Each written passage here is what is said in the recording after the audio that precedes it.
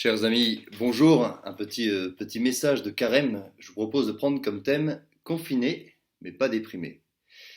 Vous voyez, je suis bien conscient que la situation est très différente pour nous tous, entre pour qui la solitude est déjà pesante, ceux qui sont contents de se retrouver en famille, ceux qui trouvent que les enfants toute la journée c'est déjà un petit peu lourd, ceux qui ont la chance d'avoir un jardin, d'aller faire un peu de potager, ceux qui sont enfermés dans un appartement qui paraît finalement un peu petit une fois qu'on y reste.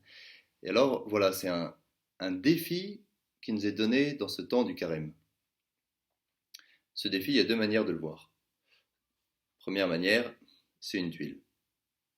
Ça nous tombe dessus et, et on voit les choses uniquement de manière négative. Alors on va essayer de faire quand même au mieux, mais dans notre tête, on se dit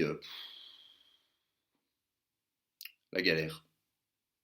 Soit il y a une autre manière de prendre des choses, c'est de dire, bon, Seigneur, tu as permis cela.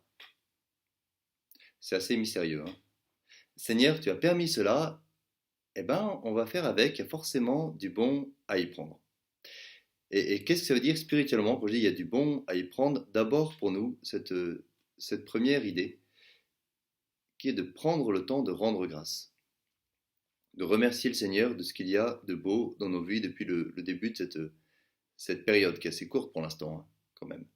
Euh, tout ce qu'on a pu y vivre de beau, ou tout ce qu'il y a comme beau défi, c'est pas facile, c'est compliqué, mais on sent qu'au fond, il y a des choses qui sont belles dedans. Et bien qu'on prenne le temps de rendre grâce à Dieu.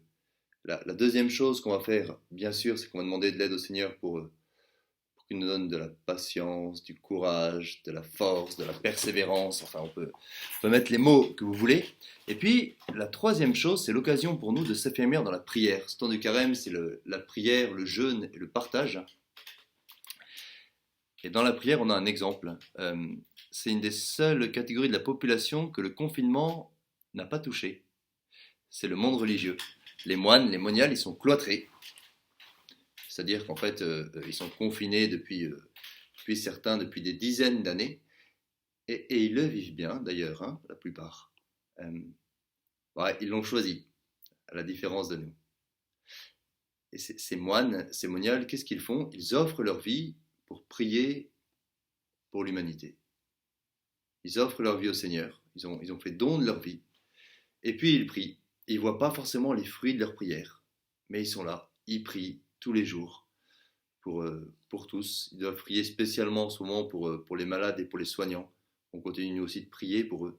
Et sans doute, ils sont un beau modèle pour nous. Si peut-être on se sent un peu inutile. On aimerait aller vous faire des visites, voir ceux qui sont seuls, avoir une proximité, mettre la main à la pâte, aider. Et on est enfermé chez soi, comme moi aussi, pareil. Et bien prions.